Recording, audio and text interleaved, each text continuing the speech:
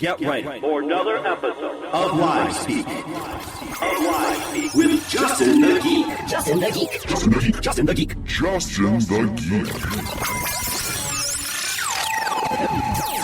What you're about to hear. Live Speak. Justin the Geek. Breaking news. Live Speak. Interesting guests. Justin the Geek. Your calls and texts. Live Speak. Tips and news you can use. Warning. Warning. This program is highly addictive and habit-forming. Side effects include happiness, knowledge, memory improvement, and retention, increased attention span, loss of disabilities, and more. Consult your doctor before listening to this program. Now, enjoy the show responsibly. All right, welcome everybody to Live Speak with Justin the Geek. As always, I am Justin the Geek. Got a great show for you again today. I hope everybody's weekend is fabulous. Up here in the Northwest, we actually have sunny skies again. I think that's 2 weeks in a row, but I see the clouds coming in, so it should be nice for maybe 20, 30 more minutes. Got a lot of things to talk about today. We have some good tech news for you. We want to talk to you about some cloud apps, some notebooks, things for your mobile devices. And as usual, has become a normal occurrence on the show, I have with me today Alan Quant from the Digital Craft. How you doing, Alan? What is it I always say? Fantastic. Yeah, you always say fantastic. So are you crappy today? Well, I should ask the weather you. has anything to do with it. Well, yeah. What is it like over in Indiana right now? Windows weather says light rain, 59 degrees. And how close is that to being spot on? I'd say it's pretty close today. Usually it's not. Oh, see, here in the Northwest, I'd love to be a weatherman because it'd be like, I think there's a chance of rain. Yeah. Every day there's a chance of rain. Pretty much get away with not knowing anything and it being okay. You're not going to get called into the boss's office because it was 80 instead of 40 like you predicted. No, they get it wrong here all the time. We should get psychics to do the weather. That would be more fun. Why not? They have, what do they have over in Europe? They got topless anchors. Why not? We do psychics over here. I mean, even though I don't believe in psychicism, I believe them more because I believe they put more effort into figuring out what the weather might be like. Psychicism. I mean, any idiot could probably just look outside and go, all right, yeah, it might rain today and be correct rather than looking at whatever statistics these guys are looking at. Yeah, that's a good point. Yeah. But that's what the show's about, right? Yeah, we're talking about psychicisms. No, not at all. No, it's a tech show. We talk about technology. I guess psychics could be technology, but we won't get into that. That's completely off. It did take me like 5 swipes on my Windows 8 machine to get to the weather. Does that count as tech? It does, actually. That's, I guess. It actually should only take one swipe and 2 taps, but it took me 5 times to get the little menu off to the side to show up with my thumb. Well, you know, and according to Microsoft with the Windows 8, it should be the easiest thing you've ever done in your life. Anything. It's easy after 5 tries. Yeah. Once you learn it, I guess. I've heard differing opinions on it about being really nice, and I mean, I still go back to this fact that Windows 8 is so fast. It really is. They built it to be quick because it's not, you know, they don't have all the processes running like they did with Windows 7. It's pretty quick. I still need to set it up so I can use it. A big thing that I've heard is that the amount of apps that people are building for it is quite low compared to iOS and Android, and not just because they haven't been out as long, but it's just not a very friendly development platform according to what I've read. Yeah, it makes sense. Plus, who wants to make 30 different? I mean, you got people like Netflix, for instance, has to make apps now. Not just for the Android, for the iOS, for the BlackBerry maybe, if they exist anymore. Now Windows 8. But they also have to do smart Blu-ray players, smart TVs. You know, those are apps for all these different platforms that they have to work on. Yeah, Nobody wants to do another one. I mean, back in the day, this sounds weird, back in the day, but they used to have, you know, you'd go to a store to buy your software, and on the back it would say compatible with Windows, compatible with Mac. That's all you had to know. You know, do I have the right version of Windows, the right version of Mac? But now it's because of the apps. Everything is it cross-platform? Is it good on Android? Is it good on iOS? You know, I guess you don't hear too much about BlackBerry, but they are coming out with some other BlackBerry stuff now. But Yeah, I would hate to be a programmer to have to write it for 15 different, operating systems. Yeah, and I'll save this for the notebook talk, but there's something that Android's doing that it'd be interesting to see how they work with it, especially with the whole complaint about the start menu on Windows 8. But I'll leave that for that talk. Yeah, and talking about that, I say we'll run to a commercial break here real quick, and we'll get back and we'll start with our tech news and let everybody hear what our show is supposed to be about, rather than our rants and raves about psychic isms. So we'll be right back with you on Live Speak with Justin the Geek. Need a do-it-yourself witty website? Let the gurus at thedigitalcraft.com teach you how to build, design, and maintain your website at an affordable price. They offer private training on web programming, graphic and web design, video production, motion graphics, and expert consulting. Book your session today on Facebook at facebook.com/thedigitcraft and check out free tutorials at youtube.com/thedigitcraft or take our courses on udemy.com. Thedigitalcraft.com, your web and design gurus. You're listening to Live Speak with Justin the Geek. Every Sunday at 2 p.m., he's bringing you amazing courses from great instructors on udemy.com. Lots of tech talk, phone calls, and much more. Live every Sunday of every week. This is Live Speak. Enjoy the show. All right, welcome back, everybody. I'm here again with Alan Quant from thedigitalcraft.com, talking tech news. And in the world of tech news, I guess we could get right into our topics. The first topic that we have on our to-do list, I should say, to-do list, talking points, whatever you want to call it, is Microsoft Office 365. Now, you told me about this the other day, Alan, and it seems like it'd be a good idea. I mean, Microsoft Office 365 is basically trying to compete with Google Drive and Google Docs, right? Yeah, it's competing with Google Drive. Okay, just Google Drive. I don't know a whole lot about the Office 365. I just know that in terms of Office in general, it's still being used on a mass scale for businesses because that, for now, it is still the industry standard. And me being in working in networking and tech support, it's really difficult to change to some other kind of, software or anything that's not industry standard, because like Microsoft Office luckily it has worked for a long time very well on big networks and businesses, and people use it for their Word documents, their PowerPoint and things like that. But it's starting to change, right? I mean, people are starting to use more cloud-based systems. Yeah, and like you said, I think businesses haven't really moved over to that, or at least big businesses have not moved totally over to things like Google Drive. But personal use and small businesses, home businesses, I see that a lot lately. I mean, it's free, Right. For the most part. And then if you want to get a business account with Google, I mean, it's like $5 a month. So that's still much better than paying, $300, $400 for the Office suite every time they come up with a new one. Yeah, every single time, exactly. There's this one thing I was just thinking about when we were talking before the show, with a big thing that I like about Google is the fact that you can convert things to PDF. If you don't have, when I worked for the school districts, we had to actually buy Adobe Acrobat Pro so you could convert things to a PDF using their quote-unquote PDF printer. So you'd go to your Word document and you'd go to File, Print, you'd select PDF, and then you could make a PDF. Now, if you just upload it to your Google Drive, go in there and download it, you can download it as a PDF. It converts it for you into a PDF, which is a really, really nice thing to have. Like I said, school districts, that they use that all the time for forms and things like that.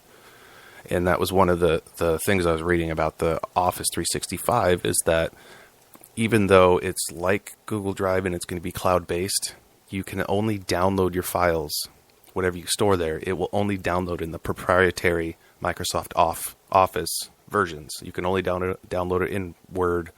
You can download it in a PowerPoint, but you won't be able to download it in a Google Doc or a text document, something that's not Microsoft, which is a big restriction. Yeah, I have heard that.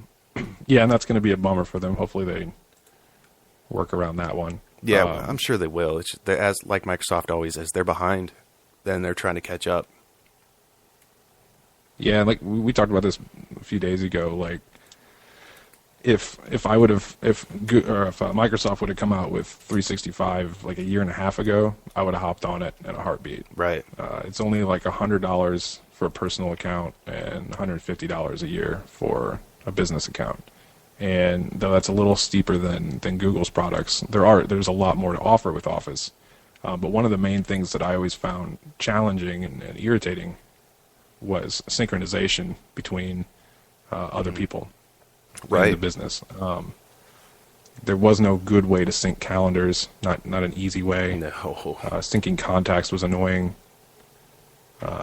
Things like that, and now that seems to be something that's integrated into it, which is something that Google had already done a year and a half ago, or at least I noticed it. I started using Google a year and a half ago. Right. Yeah, it seems like, I mean, and I don't know how they do it, but Google seems to have those think tank guys that just can predict what is going to be good in the future. And, you know, for those that don't know, there's actually, and surprisingly, a lot of people don't know, there's actually google.org. If you go to google.org, you can see a lot of projects that Google's working on. You can donate to them. You can even be a part of some of their projects. But they often make it open source, basically, and let you know what they're working on. Now, as far as the Office 365, I see that it's an extension of SkyDrive, which, you know, Microsoft's, it's been out, and they offer 7 gigabytes of storage for registered users. And so the SkyDrive is integrated then into Office 365, making it cloud-based. Is that right? Does that sound about right? That's what I'm getting out of it. It sounds like Office 365 itself isn't cloud-based. Am I wrong there? I just don't know. What it is, no, it was it's kind of backwards from what Google Drive or what Google did, because Google Drive originally was Google Docs. You were able to share Google documents like spreadsheets and word processing documents, presentations, and all that with your friends or your business, you know, people in your company, things like that. Right. And you were able to do that with ease. However, and then they didn't have the actual cloud storage like SkyDrive. Oh, okay. So when they came out with Drive, they decided to integrate Drive and Google Docs into one and just call it Drive. Oh, okay. Yeah, I remember when it was coming out a while ago, it was Google Docs, and then you had to go to the Drive. And yeah, you're right. I guess I never noticed that. They did it pretty seamlessly. Yeah. That's interesting thinking about it that way. I think Google's good at that too with when they do make something or they integrate two things together, you kind of don't know it happens. You know, it just happens and you don't know. You know what I mean? They're so smooth and flawless about putting their products together. Now, as far as Office goes, in Microsoft in general, when they do something, everybody knows about it, and a lot of the times people complain about it because they rush to get this out. And I'm wondering if Office 365 is going to be like that, because, like I said, with everything Microsoft, all their operating system, software, they seem to just push it out so fast just to get it out there that they forget that it's not finished. You know, like Windows Vista was a giant example of that. They pushed Windows Vista out, and then they started, I think it was like a year later, they tried to do a commercial for, I can't remember what it was. They tried to disguise Windows Vista as something else. Mojave. Thank you, Windows Mojave. And they had people, I love Mojave. It's so nice and smooth. And people were like, bam, it's Vista. Ha, gotcha. Well, same thing. You take it home and it breaks. But they finally, got it back together with Windows 7, which they should have done to begin with. And so I always worry with Microsoft when they come out with something like this, if it's going to be good off the bat, like Google stuff is, or if it's just going to be like, hey, try it. It might break a few times, but stick with us. And there's a lot of controversy about that with Microsoft, of course. I guess I don't know what the big benefit of going with Office 365 would be, because like you said, so many people have Google Drive and use Google Docs, and you can do pretty much anything you want with Google Docs. I mean, besides like maybe Visio, but I don't think Visio is part of Office. That's its own little deal. Yeah, I think one of the main things is, like you said, a lot of the big businesses haven't transferred over to it yet, over to using Google and things like that. So the problem's going to come from the people that are using Google Drive. Microsoft has definitely got better tools like Visio, and even Outlook's a much more intuitive program for calendars and contacts and things like that. But who's going to want to switch once you've already got, I mean, I've spent the last year and a half getting used to Google Drive.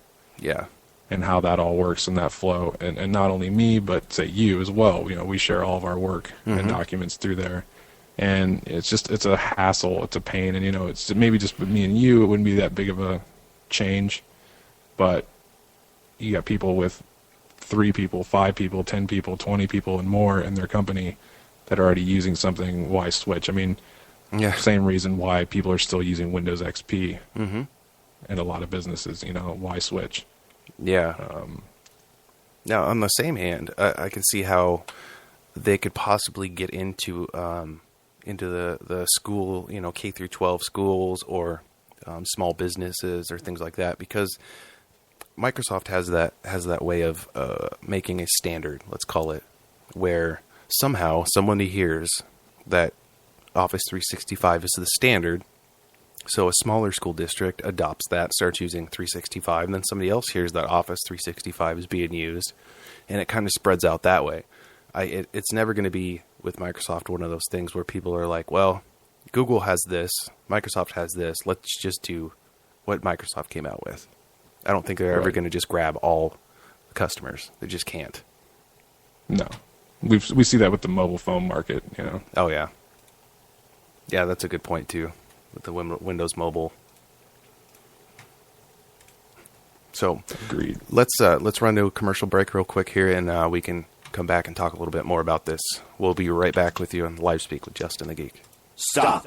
Everyone listen to me. You're spending hundreds of dollars and wasting time taking your computer to the Geek Squad. If you want your computer to run better, here is the secret. Do it yourself. I know that sounds like a lot of work, but I promise you it's not. With proper guidance, you can get your computer running like brand new again. See for yourself. Sign up for Computer Repair for Beginners and Experts alike today. It's only $9. That's it. Even if you don't think your computer needs a tune-up, this course is designed to help prevent future problems from happening. If someone told you that you could prevent your car from breaking down, would you take advantage of it? Of course you would. So why neglect your computer, especially for only $9? And every review has been a perfect 5-star rating that speaks for itself. With a no questions asked 30-day money-back guarantee, what do you have to lose? Head over to www.geekcreations.com and click online courses to get started today. Save yourself a headache. Fix it in one day so you can get back to using your computer again. Go now. www.geekcreations.com. That's GEEKREATIONS.com and click online courses. Time is wasting. Go now. Hey, I heard you are a wild one. Ooh, if I took you home, it'd be a home run. Show me how you do. I wanna shut down the clock with you. Hey, I heard you like a wild one, wild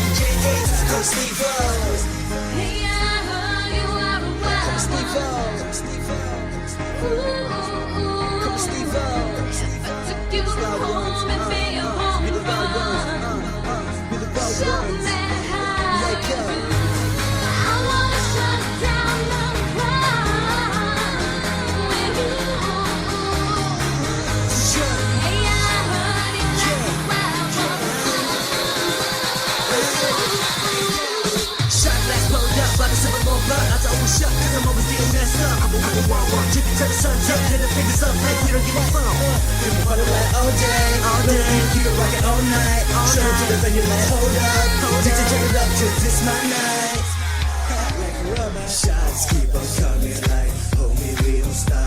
Keep it bumping in the club like a bottle gonna pop. To all the ladies you can drop it down low, run it back up, make it bring it on the pole. Party to the AM, do it to the morning. To the young, body free.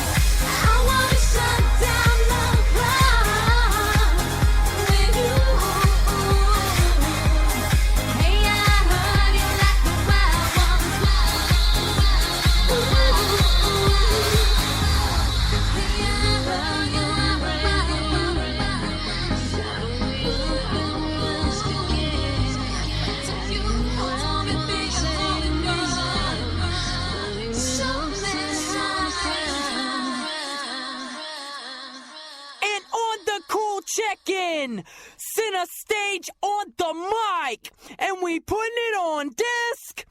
It's the old style. Kick it.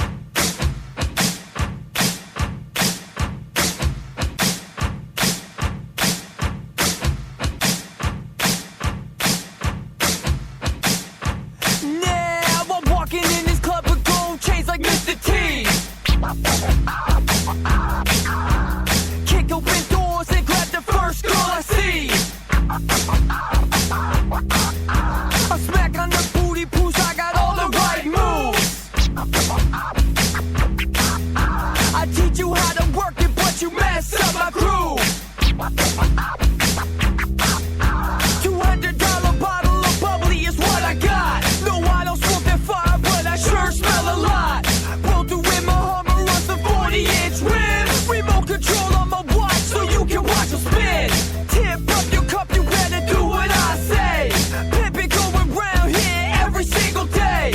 Jump in the crowd, see balls flying all around. Don't look now, but I just knocked that girl down. You ain't gotta fight for your right to party. We ain't here for long, come on, don't be sorry. Have another drink of Coke mixed with Bacardi. Cause you ain't gotta fight for your right to party. You ain't gotta fight for your right to party. We ain't here for long, come on, don't be sorry. Have another drink of Coke mixed with Bacardi. Cause you ain't gotta fight for your right to party. You wake up late for work and you don't wanna go. Lulu came to town and he's putting on a show. Called up all your friends and they just ain't winning. Neighbor girl's underage but she still wants to kick it. Your mom threw away your best man some mad. Thought she found your stash but you put it in your bag. Pops is all mad so he takes it out on you. Your girl's fooling round now, what you gon' do? Blowing up your phone cause you still late at work. But your job sucks and you rather eat dirt. Failing two subjects but you keep cutting class. But you don't care cause you know you'll still pass. Medical girl, you don't want it to end. But something's gotta give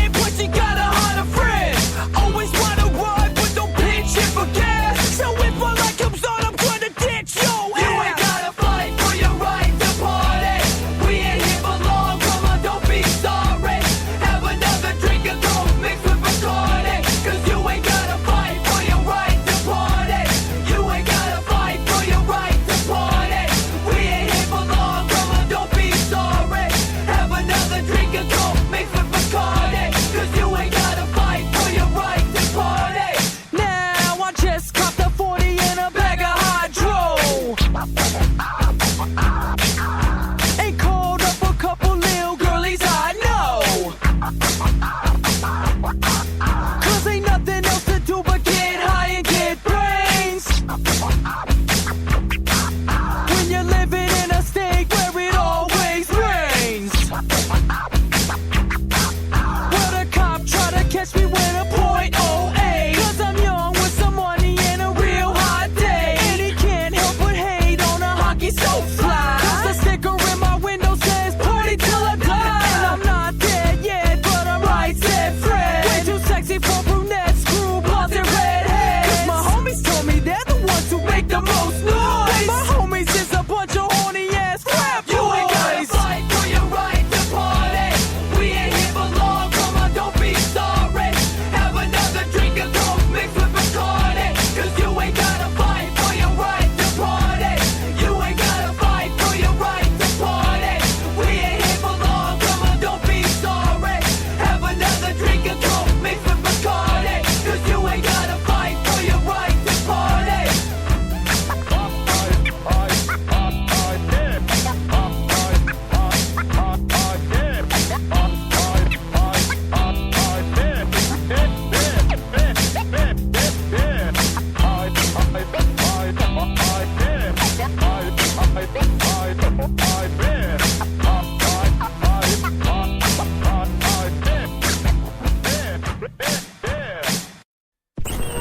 Warning, this show can be freaky. Justin the Geek. Whoa, your favorite DJ. You've been warned. Okay, welcome back, everybody, to Live Speak with Justin the Geek. I'm here again with Alan Quant from thedigitalcraft.com. We were just talking about Office 365 trying to take over Google, but we're done talking about that. I think we should move on to the new Android notebook that I've been hearing about lately. And Intel actually, is Intel getting into that too? I believe Intel has their, I don't know what chip they're going to be putting into there, but I'm a big fan of Intel parts, period, because any Intel motherboards have, by default, they have a 3-year warranty on them, and they are quality checked, which means with Intel motherboards and Intel parts, they actually pay $25,000, not per part, but per unit that they create to have it quality tested and verified. Now, AMD's stuff isn't verified, quality check. They skip that process. Asus motherboards aren't checked. So I stick with Intel. I'm a huge Intel guy. It looks like Asus is actually coming out with an Android notebook. Is that right? No, actually, it's looks like Intel is, or at least they're going to be a part of it. Okay.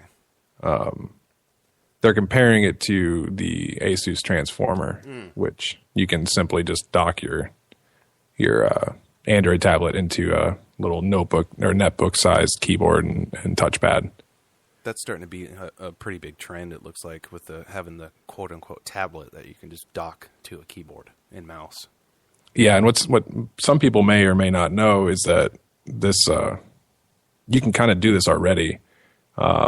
What's really nice about Android as opposed to the iOS products is the Bluetooth and USB capability.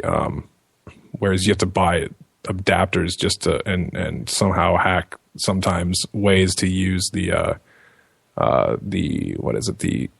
camera adapter for the iPad. Yeah. That has a USB port on it. Some apps will actually allow you to use that for other things like a keyboard and things like that, but it's not normal.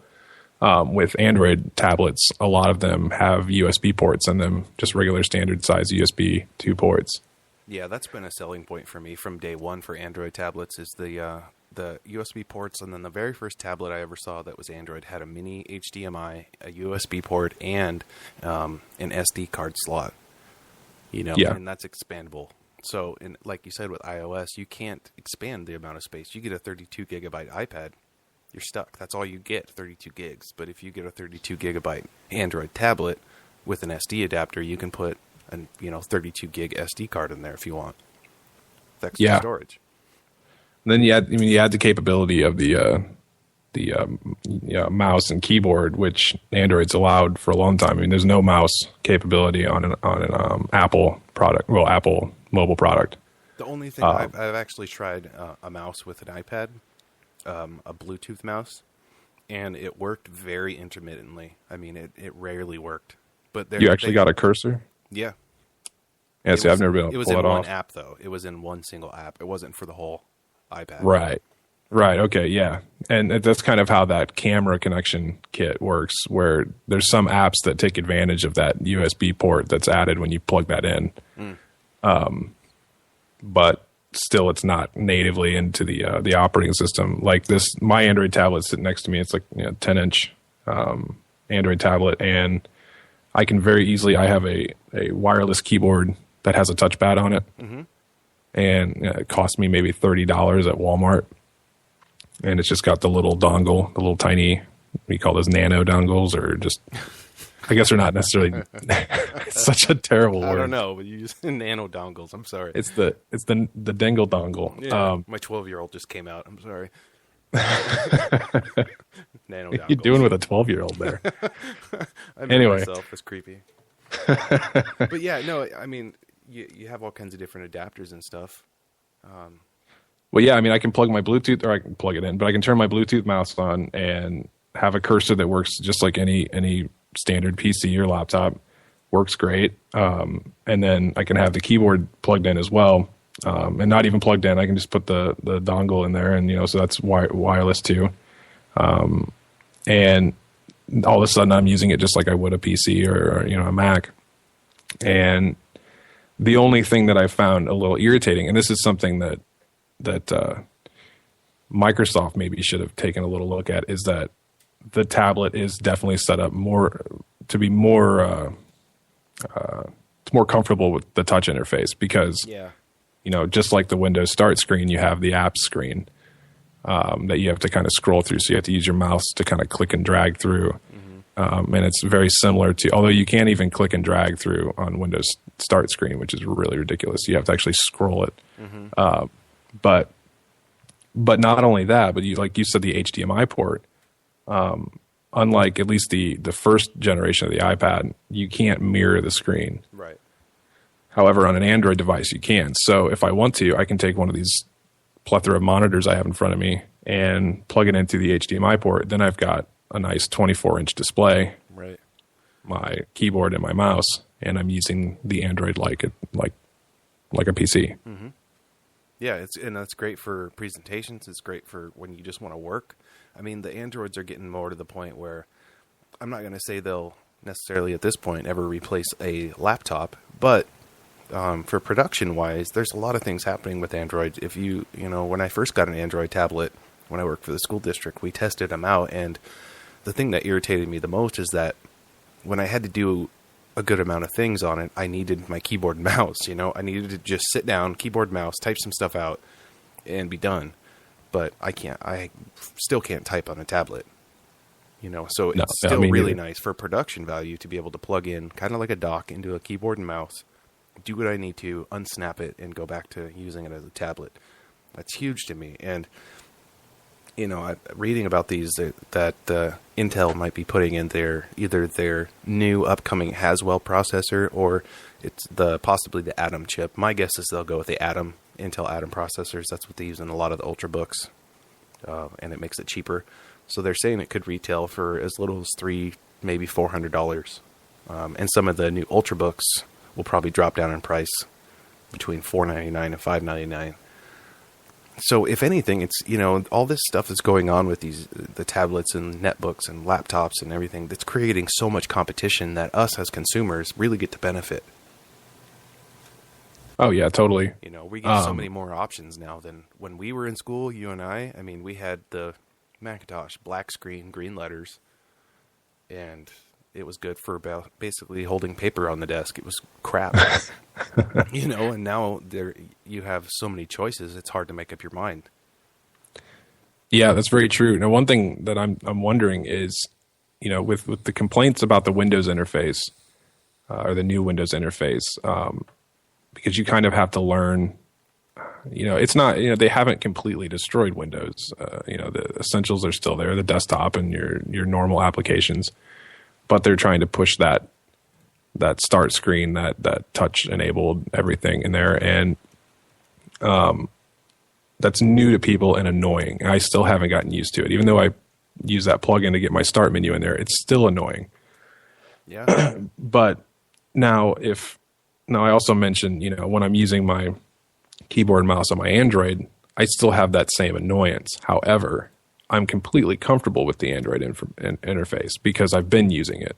Whereas the Windows interface, the new interface, is brand new and irritating because I have to learn something new. So I'm wondering if this might actually help push Android into an even better market, or push Microsoft out even more, because people are already familiar with it. It might be a little irritating to get used to, but you're already familiar with it. You know where everything is and all that. Oh, yeah.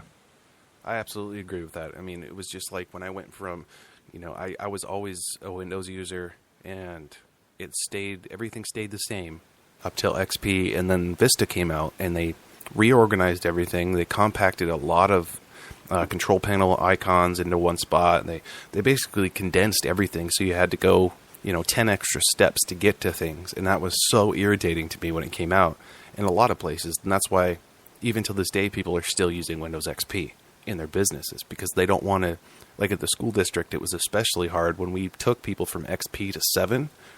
That was so hard because the teachers were, especially you get older teachers that barely can use a computer to begin with, and you just rock their world and change it, and now they got to figure something out completely. It was just hell. We upgraded them through the summer, not during the school year, so the teachers came back from school or from summer vacation, came back to school and had a whole new setup and had no idea what to do with it. Yeah, I've seen it. I use my parents as an example. I'm sure they love that, but they used to, when they first started doing real estate, they were on the top of their game. They were trying to stay ahead of the technology. When they first started doing real estate, we had these books stacked almost to the ceiling. They were MLS books, and basically every week the agents got a new book, and that had all the listings in the city. So there was no searching, there was no internet, MLS, there's no realtor.com. Right. If an agent wanted to find a property for somebody and set up showings, they had to page through these books and, circle them almost like classified ads. And then there was a program called Altera that came out, at least over in this area, and it was the first real intuitive search for listings over the internet. Granted, we were doing it over dial-up, and you might have actually been able to find the listing quicker in the book at that time. Yeah. But they stayed on top of these things. And what I noticed is that as things like Windows changed over the years, it made them less comfortable, because like you said, a lot of the older folks already don't have a real good grasp on the computer. Right. They know how to get it to do what they want, but they really totally don't know what they're doing. They just know how to get there. Yeah, they know that if I click this will open, but they don't know why, or they don't want to learn 10 more things added onto that. Right. So when you start moving things around, grouping things differently, like the control panel, I like that you brought that up. Every time I get a new computer or reinstall Windows or something, that's the first thing I do, is take it out of category mode, because that's irritating. I'd rather just see a list and go to what I want. Exactly. And they do that to quote unquote simplify things, but to a brand new user that has never used Microsoft Windows, that might be the case. It might be easier, but the majority, probably 90% of their customer base, obviously has used Windows before. So why would you change it so much? I understand you have to keep going with the times, but things like control panel, that shouldn't be changed. That's not like it's the main screen. Not everybody's going to see that all the time. Just people that know what they're doing get into the control panel. I don't know. Yeah, exactly. And, Android so far has had a pretty good track record of not completely destroying the interface. They've definitely added a lot to it. There's been a few annoying features, and more so on my phone than anything. When my phone updates and buttons get moved around a little bit, that gets irritating, but it's still familiar.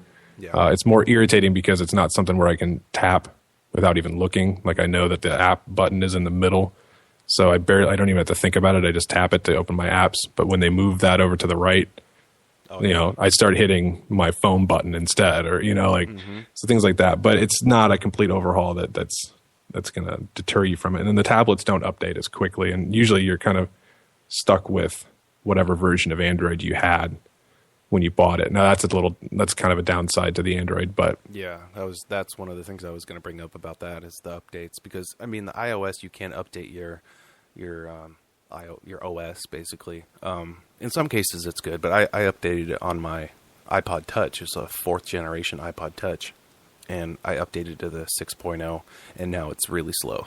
I shouldn't have done that, but you know, I had that option to do it for free, and Apple has always been good about that, even with their operating systems for their computers.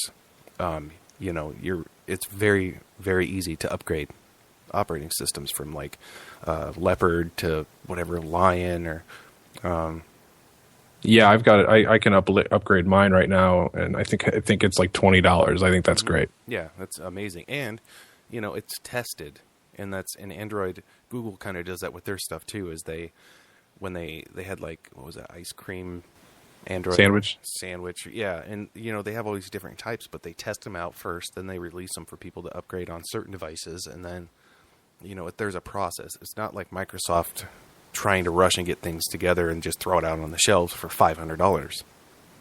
You know, yeah. Microsoft doesn't have that luxury anymore. They're not the only ones in the game, so they're going to have to start dropping their prices on things to get people to pay for it. And that's, I've noticed with Windows 8, that's one of the issues, is Windows 8 is getting pretty cheap, and every computer that you buy now comes with Windows 8, and you have to have Windows 8 on them now.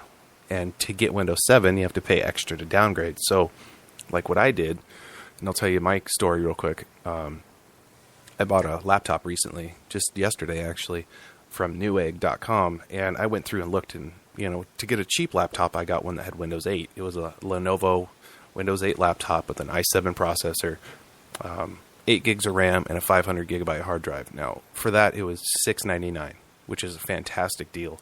But I got that because it had Windows 8. However, I checked online to make sure that it could downgrade to Windows 7, and I can put my copy of Windows 7 onto it when I get it. And I'll still have Windows 8 as a backup in case I didn't want to upgrade. You know, so I went ahead and did that, got a Windows 8 computer that can downgrade to 7, because you got to be careful, because some computers cannot downgrade to Windows 7. A lot of HPs don't. From Windows 8 to 7, they don't work that well. Lenovo is really good about it, though. But, Well, no, go ahead, sir. oh no, I was just going to say that's my story of I wanted to get a laptop, and no matter how I try, it's Windows 8. Whether it's retail, I go to Best Buy, Costco, Walmart, whatever. It's, you know, that's Microsoft thing. It's here. This is what you can get, and that's it. We said so. Even though Windows 7 had only been out for maybe 2 years, they said, you know what, you're not going to get it anymore. You can pay for it, but we're not going to put any computers out with it. It's like they did with Internet Explorer. Our computers come with Internet Explorer now, and that's what you get. And that has hurt them. You know, now people get Firefox and Chrome, and it puts Microsoft in a totally different ballgame. I think they're getting pushed out by Google. I think they're pushing themselves out. Yeah, but that's a better statement. That's a much better statement. Was you brought up price and forcing things, and that you know, we're talking about Windows 8 comparing to this, you know, this new idea of a Android notebook, but really the competition with this Android notebook would be the Windows RT tablet, which is essentially a notebook or a netbook. You know, it's got the keyboard and everything integrated into it, but with the RT, you're limited to Windows apps. So it's basically no different than an Android tablet or an iPad as far as functionality and availability of apps, except for the fact that they don't have that many apps, nowhere near as many as Android and iOS. And you have a lot of people complaining and not making apps for it because it's a hassle apparently. So you take that with the price. I've seen a lot of criticism on Microsoft's pricing, and rumor has it that a lot of these first Surface tablets that came out will be dropping in price substantially. But you're also supposed to be a little weary of that because they're dropping them because they're going to release something new soon already. Yeah, and that's nuts. Right, and so with that, you take this, you know, say for instance this tablet I have here, or I mean, you can even, you know, you and I were dorking around looking at tablet prices the other day on Verizon Wireless, and you can get a decent, I'm not going to say amazing Android tablet, but a decent Android tablet for about $300 is about as low as it gets before you get into really crummy technology like the Colby $900 or $90 tablets that you can barely, you have to like slam your finger in it to get it to do, whatever you want. Yeah, Walmart brand generics. Right. Yeah. But so if you take this tablet I have, which I paid a little more than that, I think I paid about $370 for this one, but I've got it and it does everything I need it to do. All the apps are available. I mean, since Google's been around forever, or the Android's been around forever, I have all these apps that I've already got on the tablet because I've had it. So when this notebook comes out, I can easily load it up with all my apps in my account, and it's just like the other one I had. But everything's familiar. It's a low cost, and I think that's still going to be something that Windows is going to struggle with, because I think the only thing they could do is put out a Windows 7 tablet that functions as smooth as a Windows 8 tablet without all the crap and without the limitations of their apps. That's the only way I think they could really beat out Android at this point. Right. And the issue with that I see is that, and the reason they probably have never done that is because they didn't think of that when they made Windows 7. And so they would have to do a complete overhaul on Windows 7 because it's still the old Microsoft. Like, you start up, it runs 60 processes just to start the computer. It's got 15 that are just running in the background doing nothing. There's so much junk in the registry. You can't have that on a tablet. There's not enough. Yeah, and I actually have a Windows 7 tablet, and it's great because I have all the capabilities of Windows, regular Windows. But it is slow. It's clunky. Right. And plus, it's only got like a 35 gig or 32 gig solid state hard drive in it. So, you're not running Photoshop on it or anything like that. No. Or at least you're not going to work on more than one document or more than a couple layers while you're doing it. But the ability is still there, and that is nice. Yeah, that's true. But with that, I mean, the majority of that money is going to the solid state hard drive. Right. Right. It's still an expensive technology. So it should be interesting how this goes. I also heard, I read somewhere that Mac is considering doing a hybrid of a Mac OS and an iOS machine. And I don't know if it's supposed to be a desktop computer or a laptop or whatever. But I think they're trying to hop in too and make it so you can have both interfaces and have ability to open all your apps from your iPhone and your iPad and iPod on your Mac, but also still have the capabilities of a Mac. Right. Which would be pretty insane, being able to do all your video editing and graphics work and then also have your mobile apps and stuff. Yeah, definitely. I think you're right. Mobile's definitely taken over. It's the way of the world right now. Anything convenient-wise, it's going to be a hot seller. I'm just excited to see what else comes out because so many things are happening right now, and it's just progressing so quick. Just in the last couple of years, so much stuff has been created and changed and developed, and processors are getting smaller and faster. And I mean, back in the 70s, they were talking about quantum speeds and things being so fast, and I mean, we're so close to that. Oh yeah. Now the downside is that things are changing so fast, and the competition is so strong, especially now that before it was just Apple and Microsoft really owning the market. Now you have Apple, Microsoft, Android as far as OSs, but then you have devices like Samsung's really jumping up. Yep. And things. I've got a Samsung laptop. I love it. It's beautiful. It's nice and slick, and it's slim. It's lightweight, and it works great. Although it does have Windows 8 on it. This is the only downfall, but people like them are jumping up in the market. The cell phone companies are part of the equation too. Oh yeah. So there's a lot of stuff going on, and what's going to suck is if they're going to start releasing, like if Microsoft's really going to start releasing another Surface tablet already. People aren't going to buy new stuff if they just bought something, and it's going to definitely discourage them.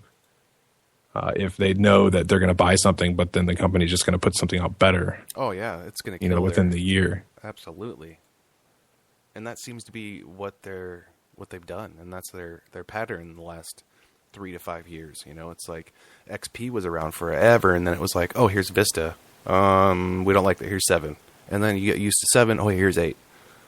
Are you kidding me? Just keep something. Keep your mobile devices separate. Just, I don't know what they do or who makes their decisions, but Yeah, I mean, my Android tablet I've had for about a year, maybe more, and it does everything it did a year ago and more. You know, it doesn't. I don't have any apps that won't run because of the tablet's capabilities. Any app I've tried to download recently is still capable, which is not something I can say for the iPad first generation, which I have. right. There's a lot of updates now that I can't get for apps because I don't have a camera on it. Like, what was Apple so thinking? Strange. Why is there not a camera on this thing? Of all things, I mean, almost everything has a camera now. Yeah, I mean, and I don't even care to have the camera on there. I don't know what I'd use it for. It's, you know, I don't want to walk around with my iPad taking pictures. I've seen that. Yeah, it looks stupid though. But I couldn't get the new Photoshop Touch application specifically because of that reason. Weird. It kept telling me you can't download this because you do not have a camera. There was a couple other things, but that was the main reason. So that's pretty lame. But I had it, you know, no problem. I've got a camera, I've got HDMI, I've got USB, I've got SD slot, I've got everything I need. And this is just a clunky Acer Android tablet. I mean, it's a little heavy, Yeah. but it's perfect. You know, it's still a tablet, and it's great. The response time is amazing. It hasn't run any slower than the day I got it. So it should be interesting. I have no plans to upgrade this unless I come across some money and just feel like frivolously buying lighter weight tablets. Don't we all wish? Yeah, that's definitely the way of the world right now is mobile. Let's run to a commercial break real quick, and we'll come back and discuss this a little bit more. So we'll be right back with you on Live Speak with Justin the Geek. Getting an amazing education is a must, but going to classes and listening to boring teachers can be very painful and expensive. Luckily, we have the internet, but it is so hard to find courses that are high quality, cheap, and easily accessible. Not anymore, thanks to Udemy. Udemy is the online academy for you. At Udemy, you can find hundreds of great courses from world-class instructors. You can learn stuff like how to create awesome demo videos cheaply, how to program in Python, Ruby, or HTML, how to start your own company, even how to wiggle your feet to the rhythm of salsa. But what if you want to teach others what you know? No problem. Udemy makes it super easy to create your own course in a few steps. Just create an account for free, give your course a name, upload all your content in any format, video, audio, PowerPoint, Word, PDF, publish it, and voila! It's now accessible to anyone, at any time, all over the world. You can even set a price for your course so you can make some money. Learn anything, teach anything at Udemy, the Academy of You.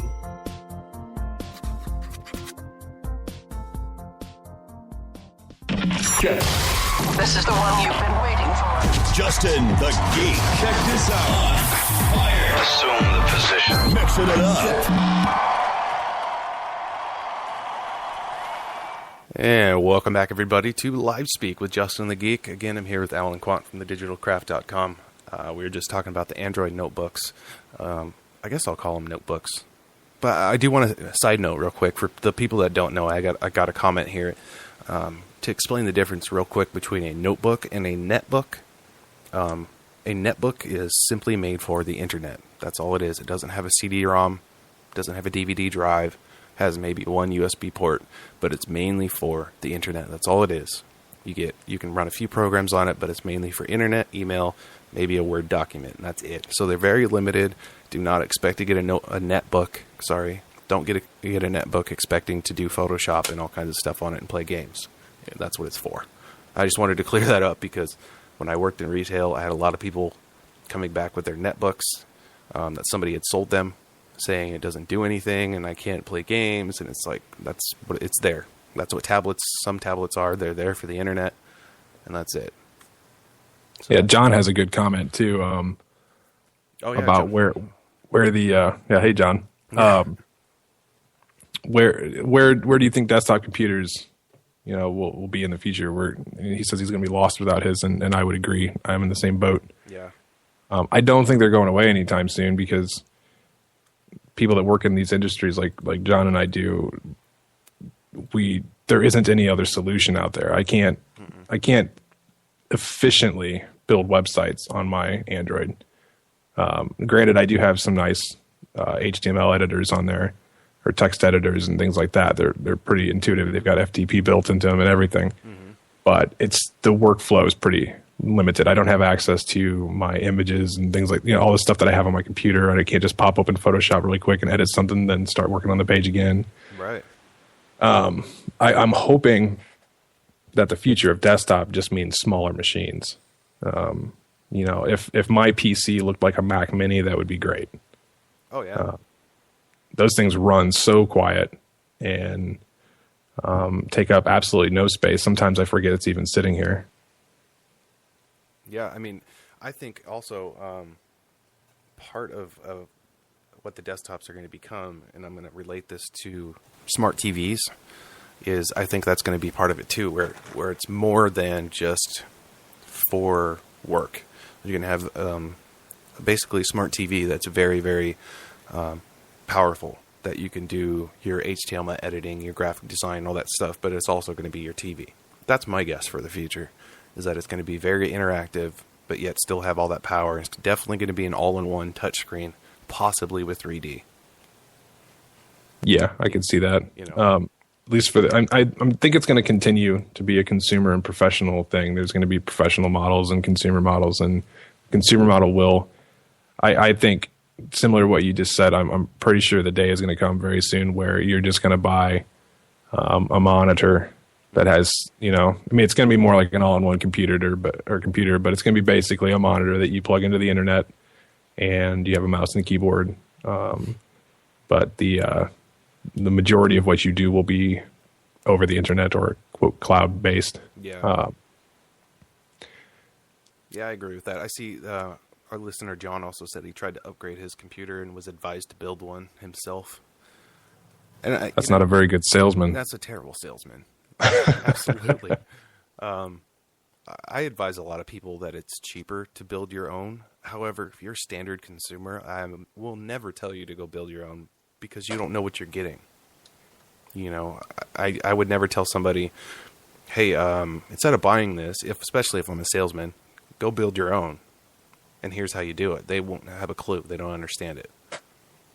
Yeah, quite honestly, I could build my own computer, but it would not work very well. My understanding of hardware pales in comparison to my understanding of software. Right, and that's kind of how I am too. I mean, I do definitely can say that I understand hardware really well, but I'm also not that smart when it comes to all that stuff. I mean, I hear people talking about computer parts and how they have this amount of cache and this much voltage and this much amperage, and I'm like, I don't have a clue. And people that are serious gamers that can overclock their computers, and I just don't understand that stuff, and I don't need to. It's just one of those things that I don't have to do. Right. I also like I feel like if I build it myself with all these various pieces and parts, which I'm sure have warranties, I'd much rather just buy, let's just say, an HP computer that meets the specs that I'm looking for, at least close. And if it works, it works. If it doesn't, I complain to HP. Right. Rather than looking at all the manufacturers of all the pieces and parts I bought and going, even I have to actually know which part's not working well either, Yeah, that's the thing too. Is there a bottleneck, and why is there a bottleneck? Is it because of the RAM? Is the processor, whatever. Screw it. I'll go to Best Buy and buy a desktop I'll use for about 3 or 4 years and then buy another one. Yep.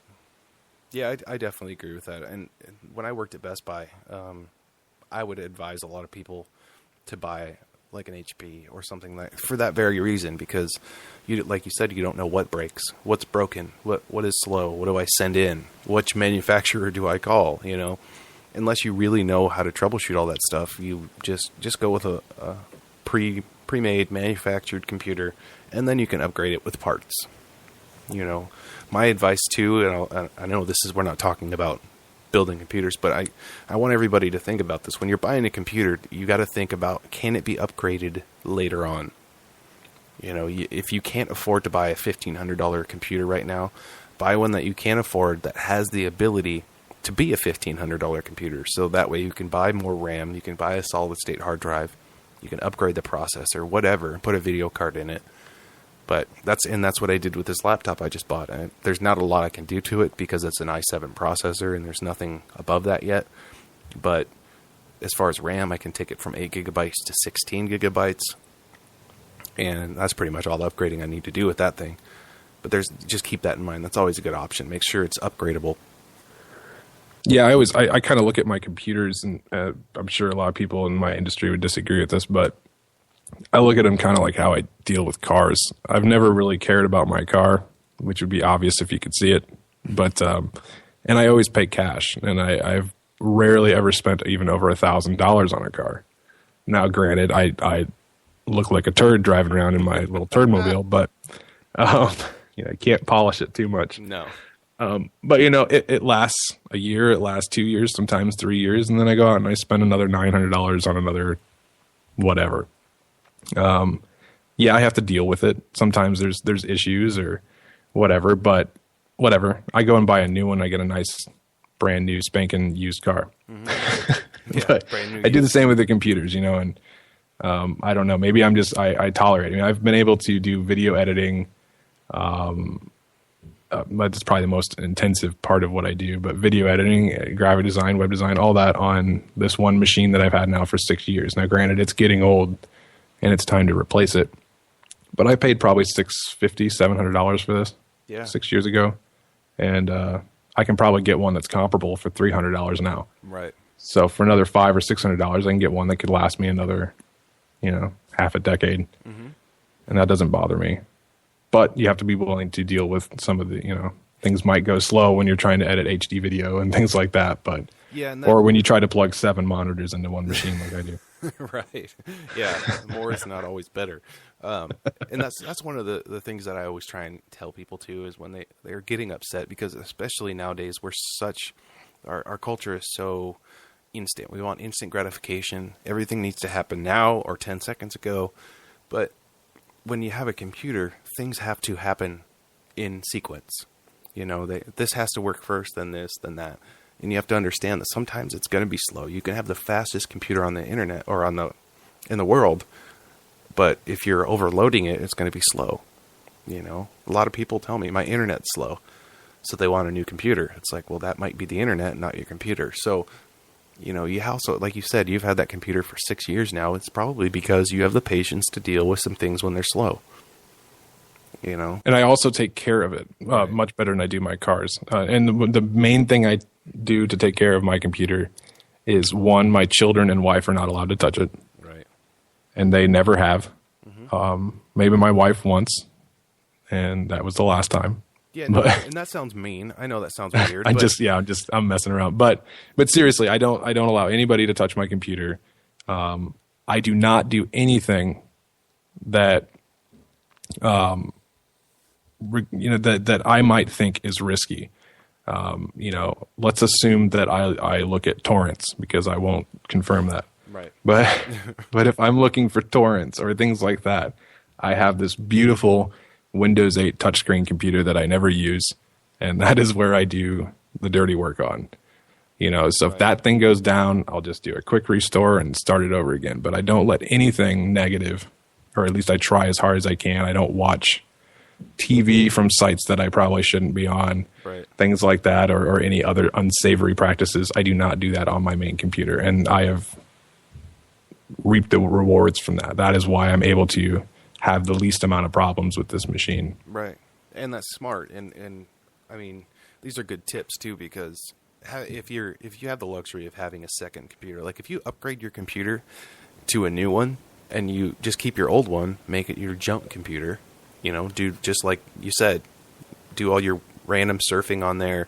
Don't do any of your banking or anything on it. Just make that. I always call it the virus machine, because like you said, don't keep anything on it, just so you can reinstall Windows if you need to. And also, here's a huge thing that I tell people to do all the time, especially nowadays. Sign up for an internet, a Gmail or Hotmail, some kind of email account for junk mail. Sign up for one account that is going to allow you to sign up for things on the internet, because you will get spam, you'll get all kinds of crap. Make sure you have that one junk email. I have one that I've used for over 10 years now, and that collects all kinds of junk. but it allows me to sign up for things so I can try software out. I can, go onto websites and try out different things, and I don't have to deal with getting all the junk in my good email accounts that I do business out of. So, spare computer, spare email account, it's a nice commodity. Keep it separate. Yeah, I totally agree. I do the same thing, but now I have like 20 email accounts. Yeah, that does get tough too when you have a lot, because I think I have about 10 that I have too, and I forget which ones they are, so I make a new one. But yeah, that's not a big deal.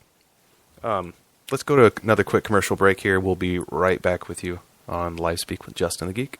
Attention singers and musicians. Are you on YouTube promoting your music but not getting the results you deserve? Need more views? Need to stand out from the crowd? No matter where you're at, our course, 25 Steps to Rock Your YouTube Views, will show you how to maximize the views on your cover video in 1 week without paying a cent. This book will guide you step by step how to increase your presence on YouTube, plus 25 video tutorials with our ebook and unlimited support to answer all your questions. If you're willing to invest your time in your career, commit to learning by video, this course is for you, and it's all for $27, plus a 30-day money-back guarantee and lifetime access with no limits. Be one of the first 50 people to sign up and get 30% off. Sign up today on Udemy.com and get the course 25 Steps to Rock Your YouTube Views, the great way to maximize the views on your cover video for 1 week without paying a cent. Sign up now.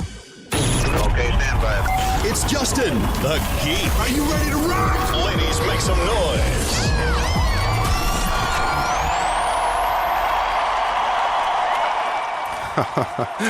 Welcome back. I thought John left. I thought our listener John too. took off. Well, welcome back again, John. I wanted to move on to and talk about something that you told me about earlier today that I heard about for the first time. It was PayPal Mobile. Now, when you say PayPal Mobile, I'm thinking, yeah, there's a PayPal app I can get on my phone. And that isn't what you were talking about, was it? No, I think it's kind of part of it. I don't even really know what the actual. I don't even know if there's really a product for what I wanted to talk about, right? Or at least a brand for it. But I guess it's kind of PayPal Mobile. Mobile, you usually think about your device, but pretty much I can use PayPal at any retailer that offers that as a payment, which it's still pretty slim right now. There aren't a whole lot. Right. For instance, some of you may not know that. I don't know if this is like Dollar General is a store that's at least over here on the East Coast. It's just a general store. You can go in there and you can get socks, underwear, cheese, milk, random stuff that you just need, toilet paper, whatever. But they offer PayPal as a solution. And I've been wanting to try that out for a long time, but I have a business account and that doesn't jive with that. So what I did was I just went and created a new PayPal account, a personal account, didn't even put my bank information in. And I just use it I'll transfer money whenever I get paid. Because this is another thing with me is I get most of my income comes through PayPal. Right. Because most of the business I do is online. So my money's sitting there, and rather than waiting the 3, sometimes 5 days for the money to transfer into my bank account, I can instantly transfer it into my personal account, my personal business or PayPal account, and I can walk into, say, Dollar General store, and while they're checking out my food on the little credit card touchpad, I can type in my phone number, my PIN, and boom, I paid. Yeah, and that's nice. Yeah, it's really nice. Now, I think there's some security issues that are going to arise from that. Because unlike a credit card number, people don't just know your credit card number or your PIN. But even if they did know your PIN, it's going to be tough without the credit card number, or if they don't know the number on the back. Now, with this PayPal, if somebody knew my PIN number, they've got all the answers to that if they know me well enough to have my phone number. Mm-hmm. So that's a little scary because there's no questions, there's no ID, check, there's no nothing. In fact, the ladies at Dollar General, because when I tried to pay there before with my business account, it failed, and I said, "Oh, okay, I guess I didn't set this up right." They're like, "I don't know. No one's ever used it before." So now when I go in there and pay with it, they just kind of look at me like, "Well, are you going to pay?" I'm like, "Oh, I already did." So, there's no like, "Oh, okay, are you who you say you are? Is this your account? Can I see your ID?" There's none of that. So hopefully that changes. Yeah. I could see that as being an issue with the security and whatnot. One thing I wish that they would do with it is somehow relate it to credit, because I know a lot of people that have bad credit and you have to build up your credit. So what they do is they get a secured credit card through a bank that has like a $500 limit, and you go in, you pay for things with that credit card, then you pay it off immediately, and that starts rebuilding your credit. And that'd be a nice feature if they could add that into PayPal, so you could have, because like you said, your income goes into PayPal, and that would help with your income to debt ratio, as they call it, with credit. And some of my income is starting to go into PayPal as well. So, and I'd like to be able to use this PayPal mobile, but I don't think anybody here does. I've never seen it anywhere advertised. Yeah, it's kind of random. Or kind of I don't know the right word. Maybe sporadic is the right word. I don't know. The people that are using it, like, for instance, American Eagle is one. So if you just happen to be at the mall and you shop at American Eagle, you can pay with your PayPal account. It seems to be really gaining a lot of popularity in the mall setting. So a lot of the stores that are in the mall, mainly clothing, retail, are using it. I'm looking forward to when Walmart, or if you're on the East Coast, Meijer, which I don't know if anybody knows, that's basically a Walmart. Meijer actually, I believe, was Walmart's inspiration for the Superstore. Oh. Meijer was around when Walmart was still just kind of a Target or a Kmart, where you couldn't get food or anything like that. So when those stores start using it, that's going to be really great. Now, on the flip side, not everybody makes their income through PayPal. So I don't know how widely used this will be. Or I don't know if it's going to really take over any market. Now, I've read reports that say American Express and some of the smaller credit, debit, whatever cards are going to probably get phased out with things like this. Yeah. But Visa and MasterCard are not going anywhere. No, not a chance.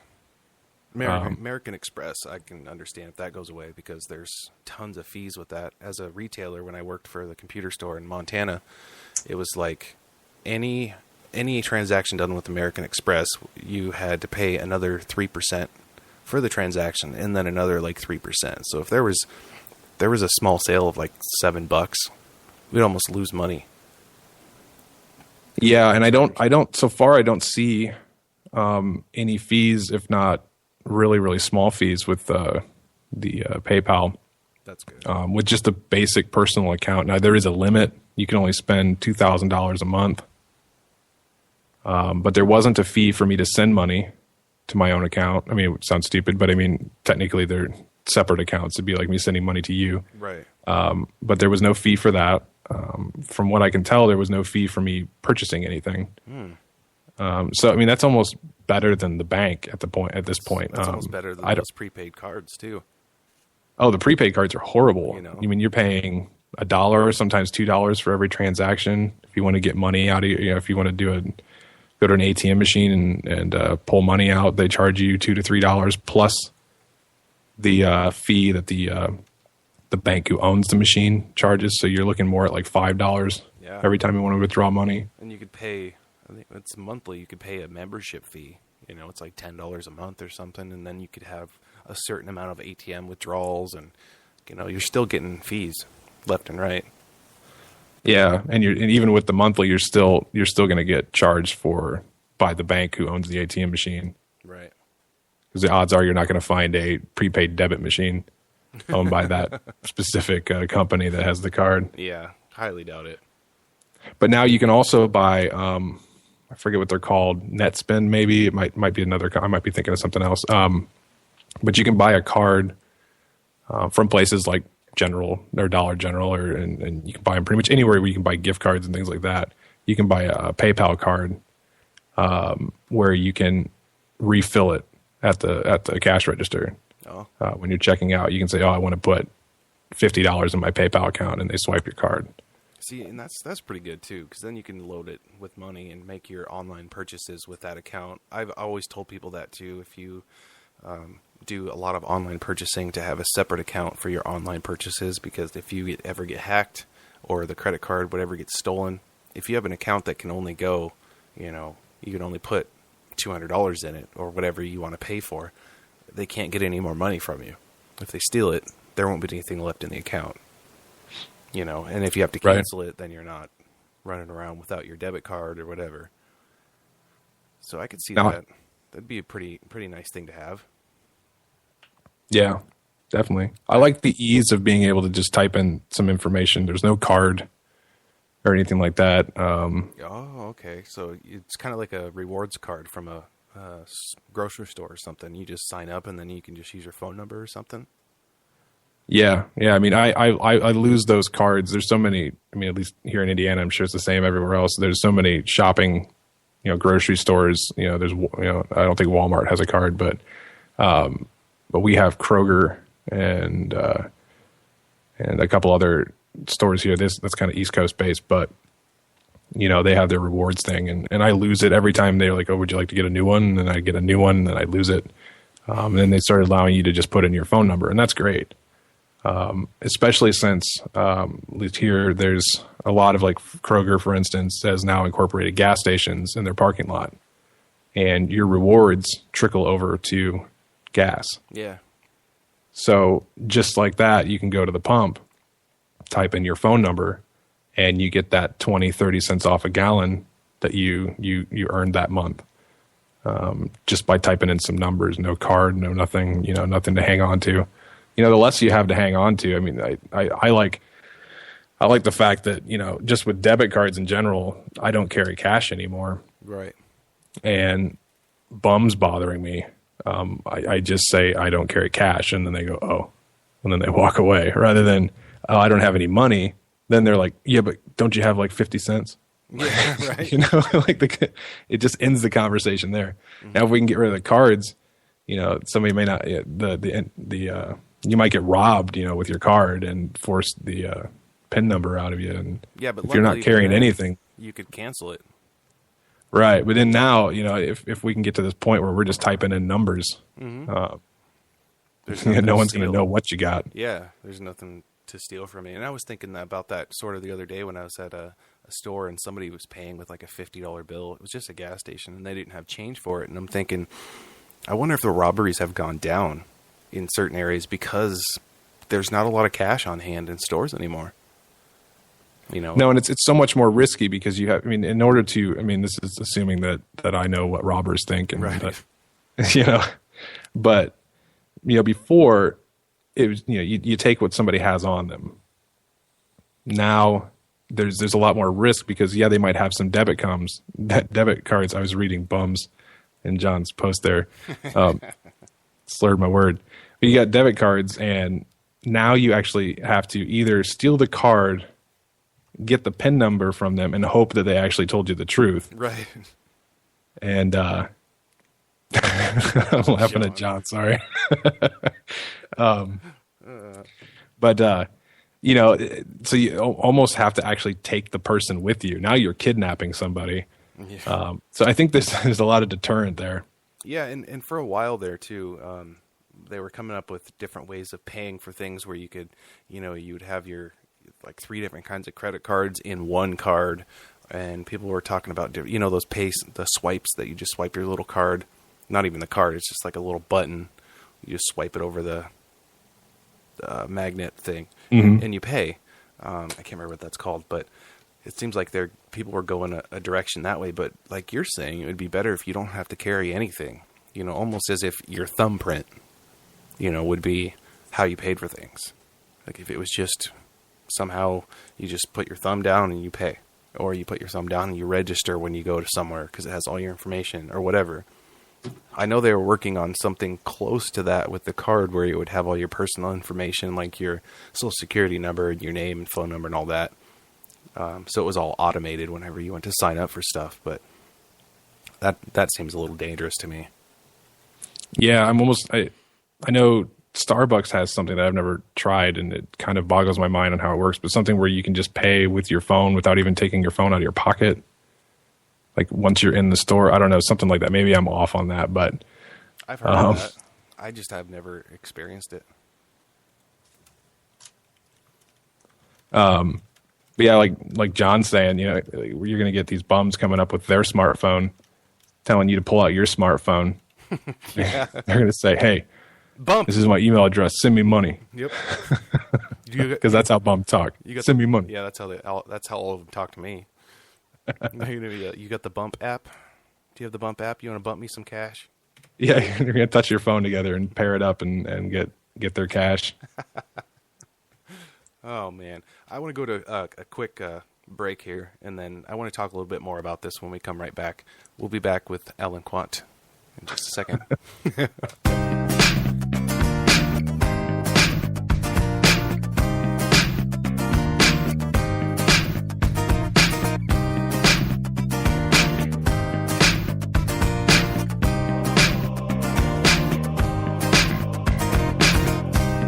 I see you moving out the side of my eye.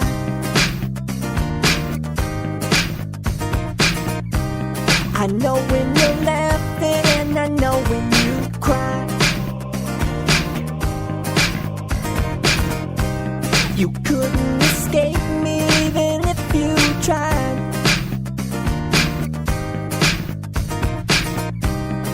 Thought you could fool me, but I know where you hide.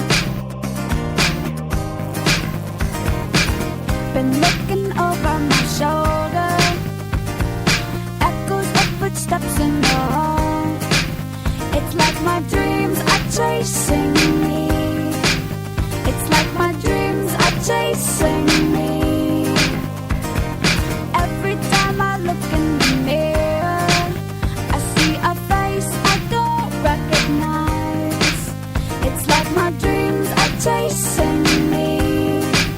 It's like my dreams are chasing me.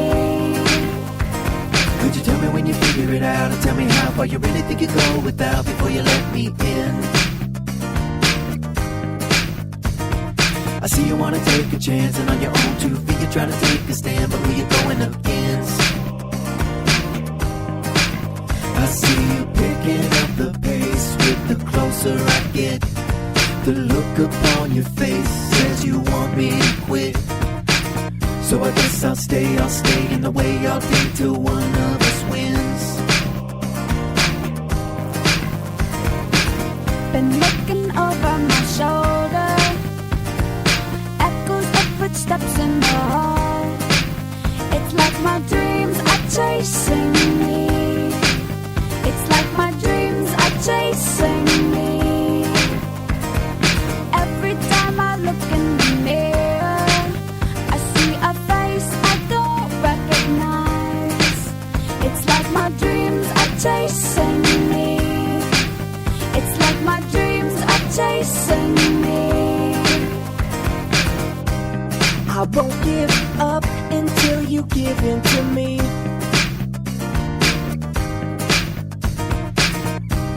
I'm more of a man than you'll ever be.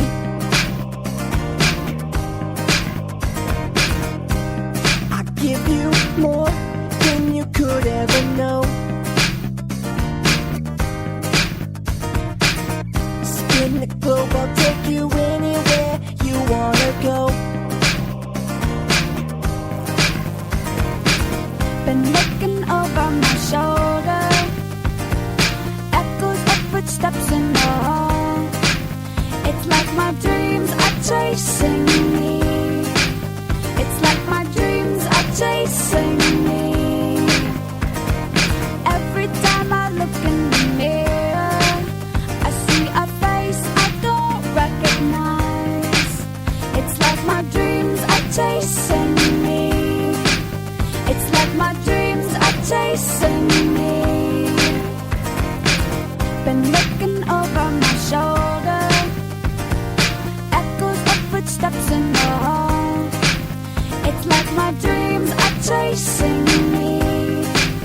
It's like my dreams are chasing me. Every time I look in the mirror, I see a face I don't recognize. It's like my dreams are chasing me. It's like my dreams are chasing me.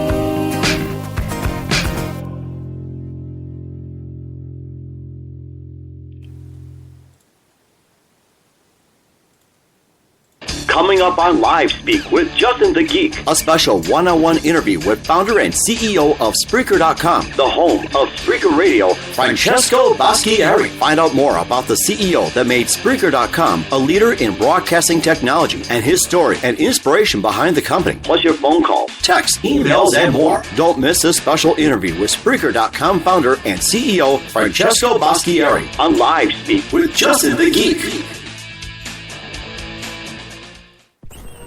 Warning, this show can be freaky. Justin the Geek. Your favorite DJ. You've been warned. All right. Welcome back again to Live Speak with Justin the Geek. I'm loving the chat that's going on right now with the show. For those that don't know, if you're listening, there is a chat in the bottom right of the screen. It looks like a bubble.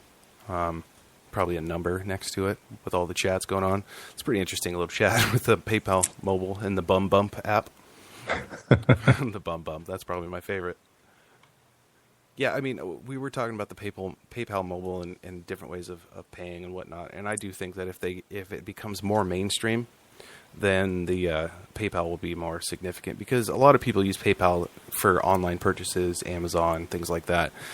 But like you said, the issue too to me is security, because PayPal has been hacked before, and it's not like your money is just sitting, with PayPal. There's third party software or companies that they use to delegate your money to Amazon or to whatever you pay for online. So it's not like it goes directly from PayPal to Amazon.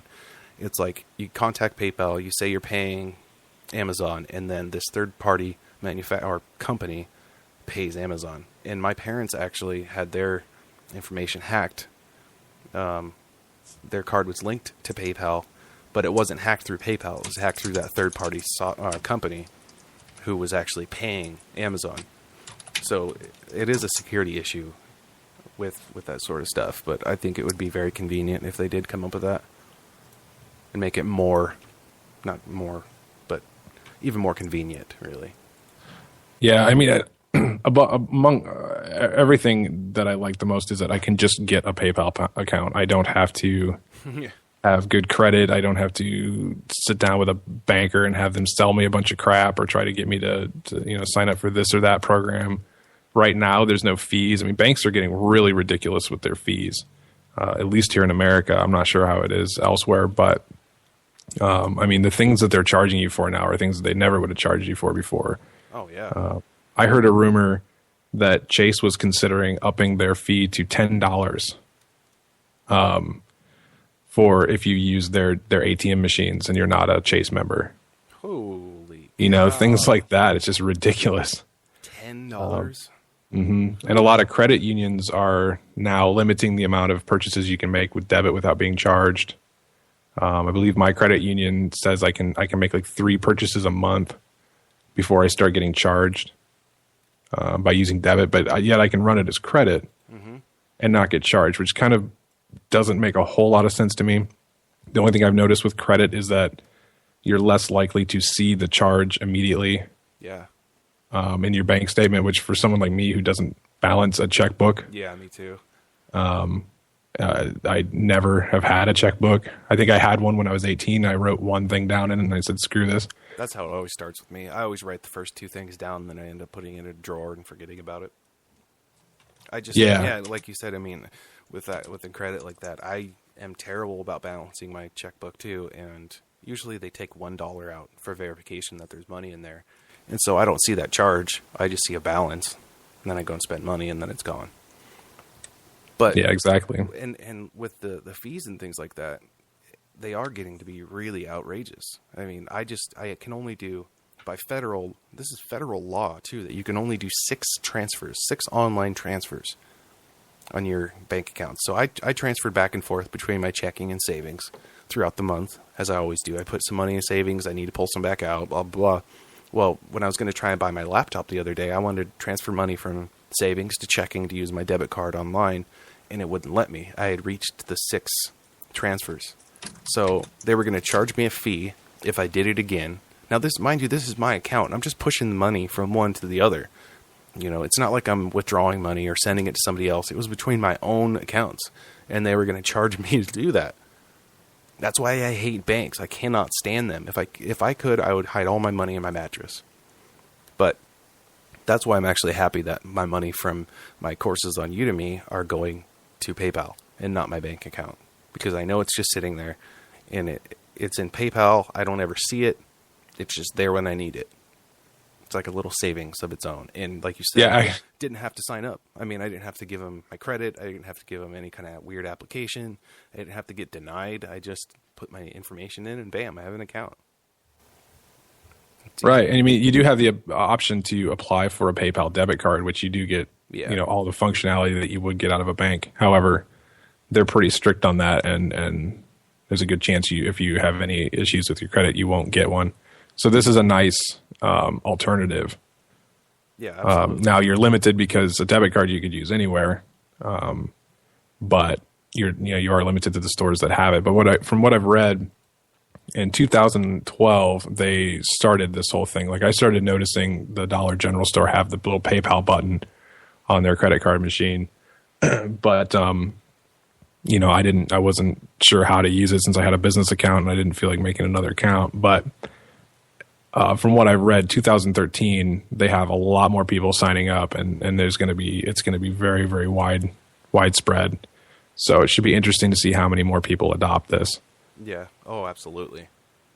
It's just like everything else. I think it'll spread, and I think once people realize how convenient it is and how easy it is to use, that's why I mean, it's like those prepaid cards. A lot of people, even celebrities, were getting in on that. They were trying to make these prepaid cards, like Russell Simmons. He came out with his own prepaid card. He got into that whole market of ripping people off, basically. It's like every transaction you make, I'm getting some of your money, and I'm just sitting here doing nothing. And that's kind of what I like about PayPal, is you don't have to pay them anything to do. There are some fees when you're using PayPal to pay for things, but not all. Yeah, like the nice thing with them, and I mean banks do this too, but the nice thing about PayPal right now anyway, is that they make money elsewhere. Yeah. They make money from business accounts. They make money on people using them as a merchant, which is really big. So they're getting a lot of money from products being sold all over the world. Yeah. So right now, I imagine though, if it does get more and more popular, we're going to start seeing some of the things we didn't like about banks hitting PayPal, which is going to suck. But for the time being, it's kind of nice because they aren't hurting for money. The service is really easy. I've always wondered why credit card merchants have to pay so much money to have the ability to take credit cards. And then on top of that, why we're starting to get charged to use our debit and credit cards. It doesn't seem like it's a huge financial burden to have that ability. So like with PayPal, I mean, everything is just a software interface. So, then they're just tapping into the debit card machines that are already there at the stores. So I don't think they have a whole lot of overhead running this. I mean, outside of technical support, everything's pretty lightweight. So hopefully it can stay cheap for a while. Yeah, I hope so. I really do hope it catches on. Let's run real quick to another commercial break, and we'll come back and see what else we can talk about. We'll be right back with you again on Live Speak with Justin the Geek. Getting an amazing education is a must, but going to classes and listening to boring teachers can be very painful and expensive. Luckily, we have the internet, but it is so hard to find courses that are high quality, cheap, and easily accessible. Not anymore, thanks to Udemy. Udemy is the online academy for you. At Udemy, you can find hundreds of great courses from world-class instructors. You can learn stuff like how to create awesome demo videos cheaply, how to program in Python, Ruby, or HTML, how to start your own company, even how to wiggle your feet to the rhythm of salsa. But what if you want to teach others what you know? No problem. Udemy makes it super easy to create your own course in a few steps. Just create an account for free, give your course a name, upload all your content in any format, video, audio, PowerPoint, Word, PDF, publish it, and voila! It's now accessible to anyone, at any time, all over the world. You can even set a price for your course so you can make some money. Learn anything, teach anything at Udemy, the Academy of You.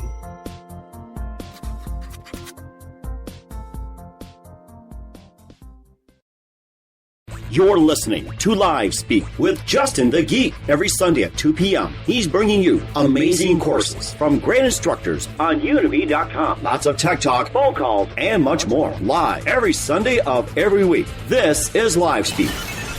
Enjoy the show. Welcome back, everybody. This is Live Speak with Justin the Geek. I